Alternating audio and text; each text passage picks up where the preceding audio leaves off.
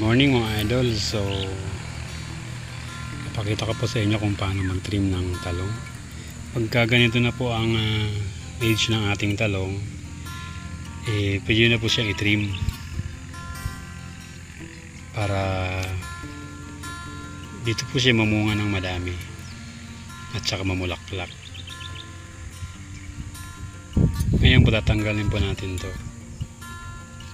kasi kung hindi natin tanggalin to, diyan siya magpo-focus ng kada dahon, pero mamunga rin po siya, pero hindi ganong malalaki, parang ganun. So papakita ko po sa inyo mga idol. Ganito. Ayan, tanggalin nyo lang po lahat ng sanga. Ayan, parang makadaloy po yung hangin sa kanyang ano. Ayan. Pag may mga bunga ng ganito, tanggalin nyo na rin. Pati mga bulaklak idol, pwedeng tanggalin nyo na rin. So dapat ganyan na po siya. Natira lang tong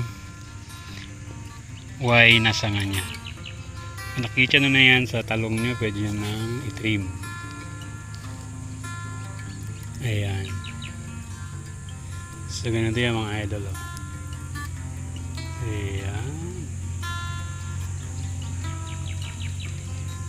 Puro po yung naka-Y trimming.